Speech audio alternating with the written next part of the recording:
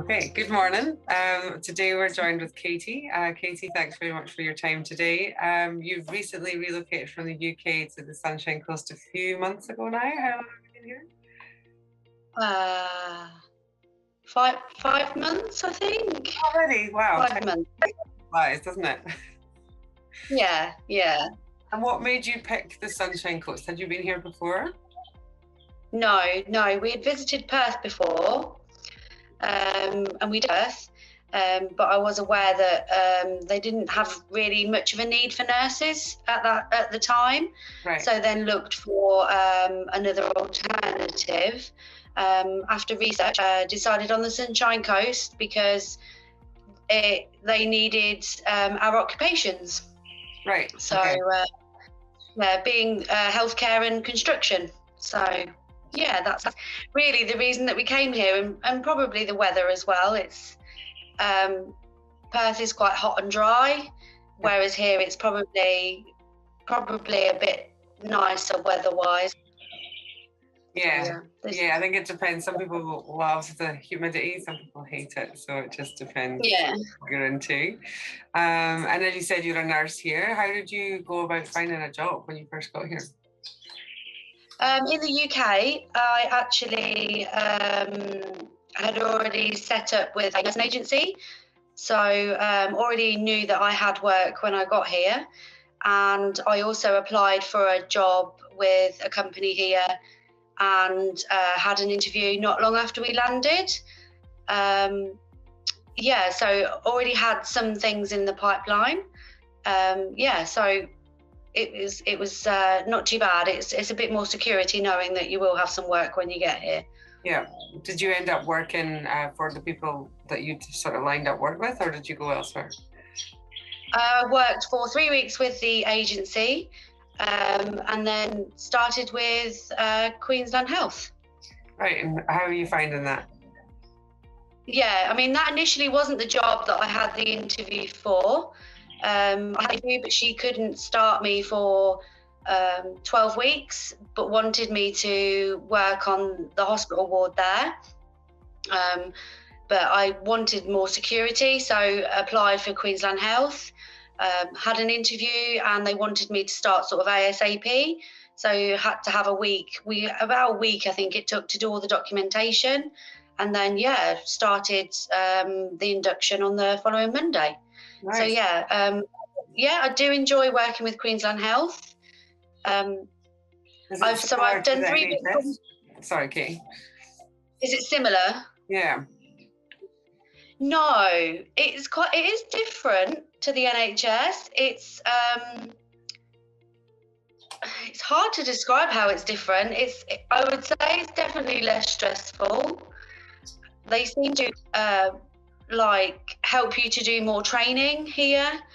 You have dedicated time in your shift to do training, which is really, really good. Whereas with the NHS, the majority of the time you did it in your own time if you wanted to do sort of extra. And they do seem to be quite open for you to do other training. They give you professional development leave, which is quite nice. And the shifts are 8 hours instead of 12 and a half, which took a bit of getting used to. So we work more days, but shorter days. Right. But yeah, I think I do see my family more than I did probably in the UK before and after work. So that's quite nice. Just obviously trying to get used to working more days than I did in the UK.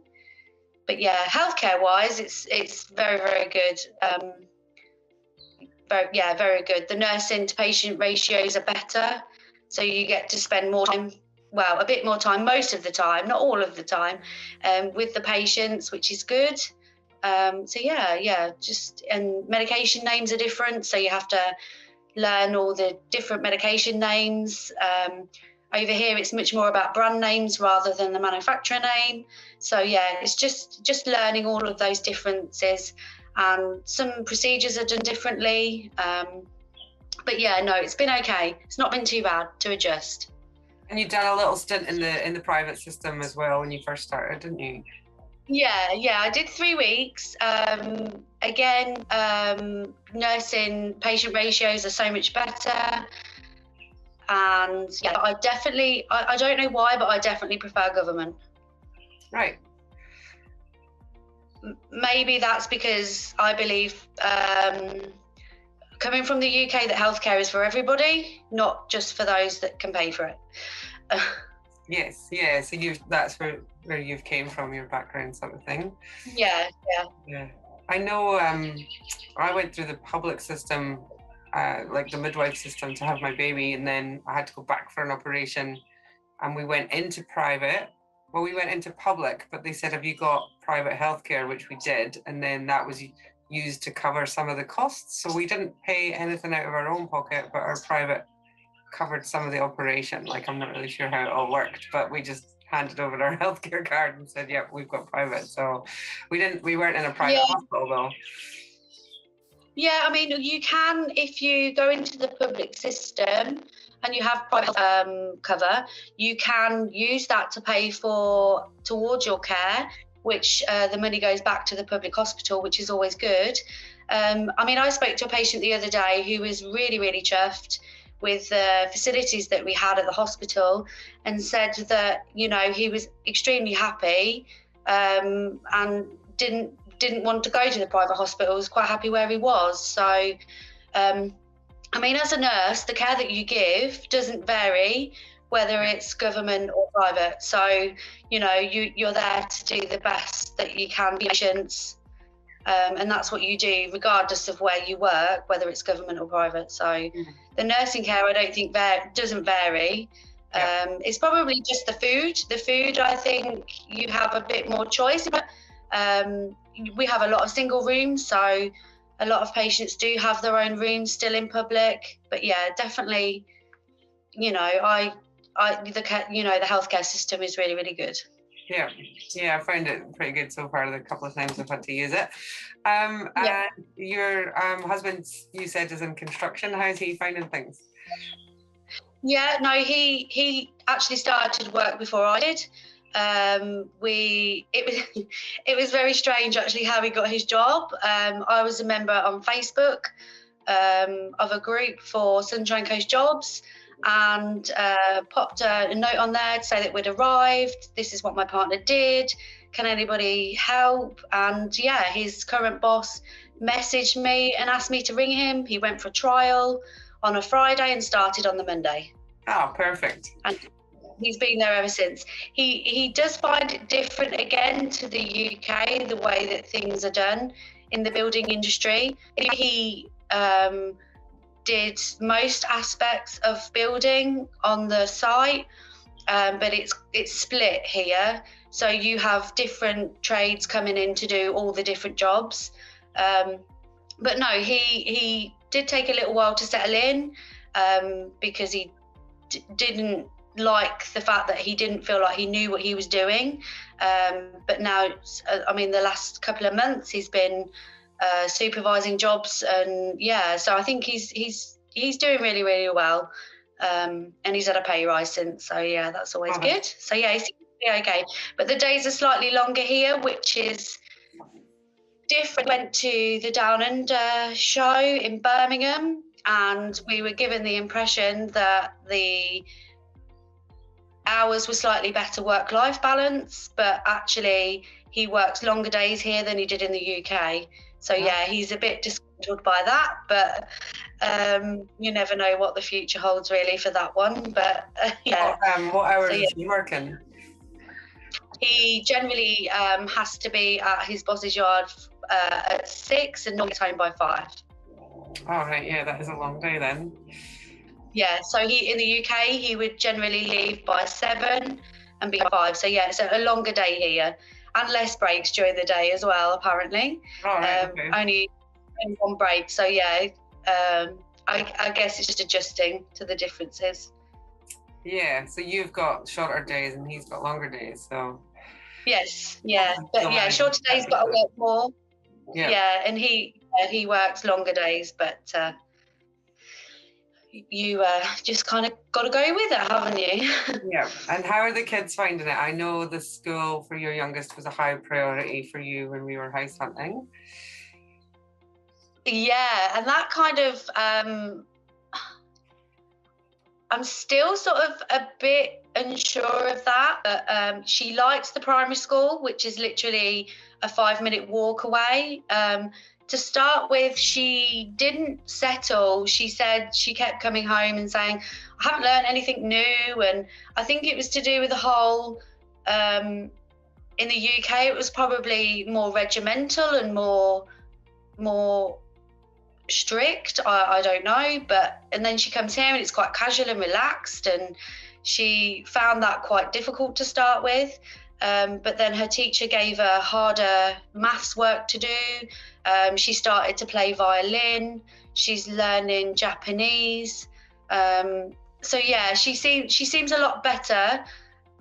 And we just had a school report, and yeah, she's done really, really well. But this week, I think, again, we've gone downhill a bit because all of her friends in the UK are finishing year 6 on Wednesday, and she'll be in year 6 here until December. So I think she's feeling that, but yeah, it was a bit, yeah. So hopefully it will settle back down again. Yeah. But I do think she'll on social media and stuff to find out what they're up to. Yeah, no, she does. She does video call her friends from the UK probably once a month now. It was every week when we first got here, but I think with the time difference and everything else, it has slowed down slightly. Secondary school, we couldn't decide whether to pop her into private school because it was hard to know whether that was financially viable to start with. So I applied for an excellence program at the secondary school. She had an audition and an interview, and she's been accepted into the local state school excellence program from January. Yeah, so I think I'm trying to see how it goes. Yeah, oh, that's good, because you said she definitely needed, she wants to be challenged, doesn't she? So yeah, she's a very academic child. She's very strange, bless her. She goes to school, doesn't like it if she's not learning. She doesn't like disruption. She likes to do well. So yeah, that was my concern. And in the UK, she had passed her 11 plus to get into a grammar school with a very good reputation. But the thing that I've noticed here is the subjects there would have been very sort of old-fashioned. So you've got your Latin that you learn. To me, probably doesn't feel like that does a lot for your future nowadays. Whereas the state school here, she will continue with violin with the teacher that she already has, and she can do subjects like marine biology, a bit more interesting and up-to-date modern subjects. So yeah, so we're going to just see how it goes. Yeah, okay, good to hear. I'll be interested to see how she goes next year at the high school. Yeah. And what about your... Although a lot of people say, oh, don't send her there, it's a terrible school, but actually their results are really good compared to even private schools. So I think it does depend on the child and whether they really want to learn or whether they want to be distracted. So we'll just see. I think, yeah, and it can also sometimes depend on who you're at school with. So it can sometimes depend on the actual just cohort of other pupils as to how. Yeah, exactly. So I've had people who've had siblings at the same school, and one's left and the other one's loved it. You know, one of them's desperately trying to get out, and the other one's like, please don't move me. I love it here. So just different, different social groups. So it's hard to pick it. I think what you've done is really good. She's in an excellence program, which will definitely be her cup of tea from the signs of things. Yeah. What about your eldest? How are they doing? Yeah, she's been a bit more difficult, bless her. She is actually the most settled since we've been here. She hasn't been upset or had a wobble. We couldn't get her into university for July because we're waiting for her results from college in the UK, which we can't get until August. So we are going to apply again for uni in January. We've just got to wait for her qualifications to be assessed to know that she can get into university with those qualifications. But she has, we've got a bus stop up the road, so she catches the bus to the local shopping mall. She's got a job, which she's working 3 to 4 days a week. And she started her driving lessons about 4 weeks ago. So the plan is to get her driving lessons finished, test done before hopefully she starts uni in January. She did volunteer for a animal sanctuary for about 3 months. And yeah, so she learned, she's met people that way. She's met people at work. Probably the hardest thing for her was meeting new people, meeting new friends. Yeah, because she's just that little bit older. She's not at the school, so it's harder to find us. Yeah, she's 18. So when she goes to university here, she'll actually be 19. So she'll be quite old to go compared to Australian children to go to university, but it doesn't really matter. She would have started university in September in the UK. So, you know, it is what it is. Yeah. And the cost of university here, and the course that she's looking at is, the fees are a lot more reasonable here as well, because it's a Commonwealth supported course. Right. So yeah, and we have to pay it as she goes because we're residents and not citizens, which is fine. But then she'll come out with a degree with no debt, and compared to the UK, she would have had, £26,000, £27,000 worth of debt when she got out of university in the UK. Right. Well, that's good then. Yeah, that's really good. Yeah, definitely. And how are you finding your rental? You had a very interesting experience with your rental agent that got sacked shortly after arrival. Yeah. How are things going now? Have they settled down a little bit? Yeah, they've settled down. Some of the repairs have been done that we needed to be done. I think one thing that you have to learn when you come to Australia is nothing happens as quick here as it does in the UK. So your expectations need to change. So say like we had a mould patch in our walk-in wardrobe, that took about 4 months to fix, whereas possibly in the UK it would have been done a lot quicker. So yeah, you just have to relax about things here, I think. Probably wasn't the best experience we could have had to start with booking a property. I think we had probably every issue possible that you could have had. But yeah, no, it's a lot better now. Definitely. Yeah, I think you definitely got the most interesting one I've ever came across. I've never, rental agents tend not to get sacked. So yeah, to have yours switch over to a new company said a lot about the existing ones that you started off with, and they then lost your bond for a little while, but luckily that has shown back up now, thank goodness. That was a bit stressful. Yeah. But yeah. I didn't really want to be going to court within the first 6 months of arriving here to try and get your bond back. No, that wouldn't have been good fun for anybody. I'm glad it's sort of settling down now and things are getting looked after for you. If you had to do it all over again, what do you think? Would you do anything different at all, or would you change anything? I think it's hard when you come here from the UK. From the research done, I had certain expectations, and yeah, those expectations were slightly different. I think some of that is down to the fact that we came during a pandemic. So the rental market here is very strong. So we're paying more for our rent than research had suggested, or and they say that if you don't do what they call a bond clean, then you will get charged for it. But when we moved into this house, I can assure that there was no bond clean in this house. So yeah, it's difficult, really, really difficult. I definitely think we were really, really lucky in the fact that we got a rental in the first place. And I think that's obviously because we used you to get, I can't imagine what I would have done sat in quarantine, trying to find a rental, constant issues, trying to get one when you're coming from the UK, you haven't got a full, a contract job. we just wouldn't have got one. We wouldn't have got one without your help. And to know that we were coming out of quarantine with a rental was really, really good. And we had between quarantine and when we moved in, which was also good.